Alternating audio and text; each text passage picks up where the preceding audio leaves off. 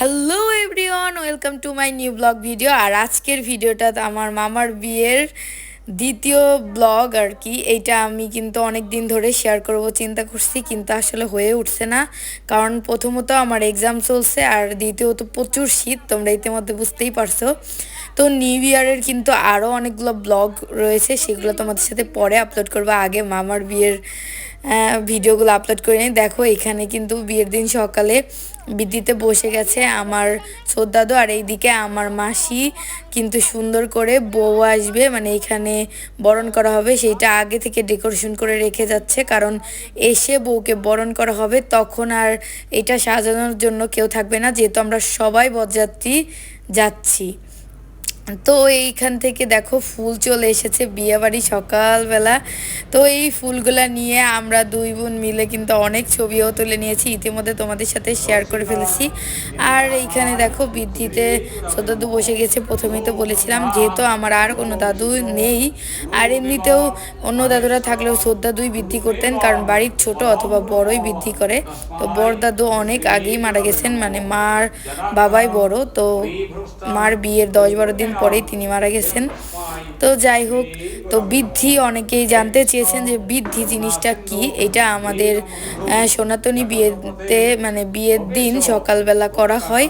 আর যেটা হলো আমাদের পূর্বপুরুষদেরকে আমন্ত্রণ করে, মানে তাদের আশীর্বাদ নিয়ে বিয়ের কাজ শুরু করা, সেইটাকে বলে বৃদ্ধি। আর যেটা বিয়ের দিন সকালবেলায় করা হয়, কারণ যেহেতু বিয়ে আগে তাদের থেকে এক কথায় পারমিশন বা তাদেরকে আমন্ত্রণ বা নিমন্ত্রণ যাই বলেন, সেইটা করে আর কি শুরু করা হয়। আর এদিকে কিন্তু দেখতেই পেয়েছেন যে আমার বোন ফুল নিয়ে কত ঢং করছিল।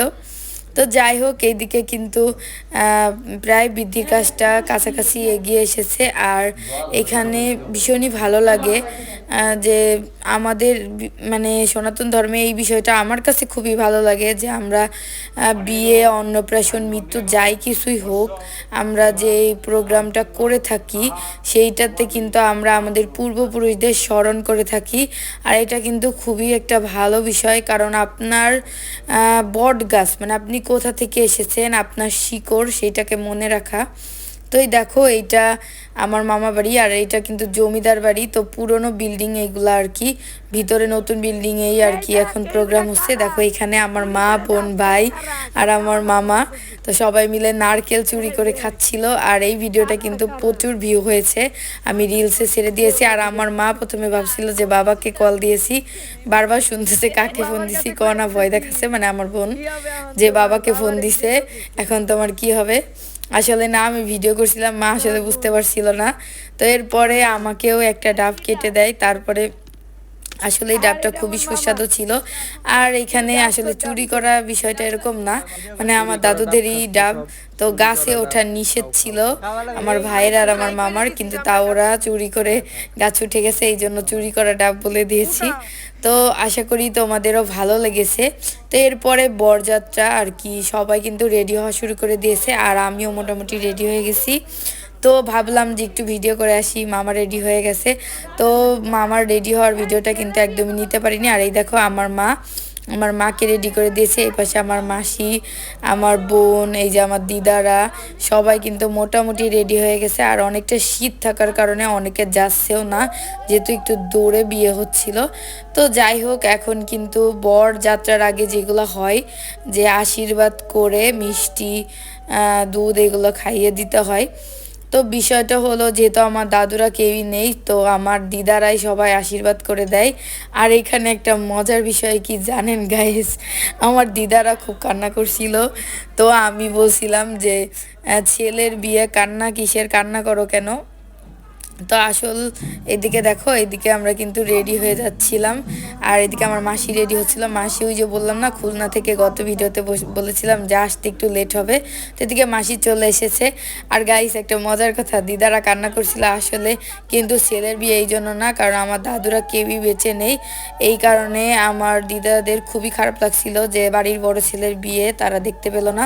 তো এদিকে দেখো, এলাকার লোকজন কিন্তু চলে এসেছে, মামার সাথে কথা বলছিল, আর বিয়ের জন্য মামা রওনা হচ্ছিল আর সবাইকে প্রণাম করছিল।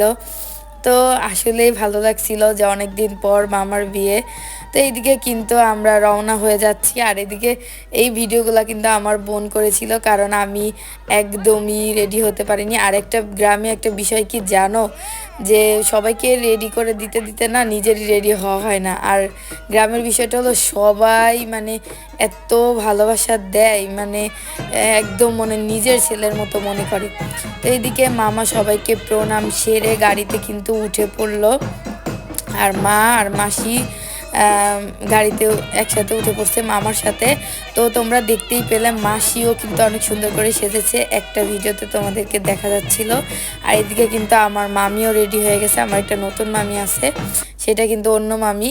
যাই হোক, এইদিকে চলে আসলাম আমরা রেডি হয়ে একদম বরযাত্রী গাড়ির সামনে। তো সন্ধ্যা প্রায় হয়ে যাচ্ছে। এদিকে বরদিদা খুব রাগারাগি করছে, কারণ সন্ধ্যার পরে বর যাত্রা করবে না, আগেই যাত্রা করে দিবে। তো এইদিকে আমরা চলে আসলাম একদম মন্দিরে। তো এইটা হলো এই গ্রামের বারোয়ারি মন্দির, এর আগে তোমরা দেখেছিলে। আর সাইডে যে নতুন করে বড় করে বানানো হয়েছে, আর এখান থেকে কিন্তু যে সকালবেলা হলুদের কাজগুলো করে নিয়ে গেছিল। এখন মামা এখানে প্রণাম সেরে তারপরে বিয়ের যাত্রা শুরু করবে। তো এইখানেই ভিডিওটা শেষ করছি। তোমরা সবাই আমাকে ফলো এবং সাবস্ক্রাইব করে দেবে। টাটা।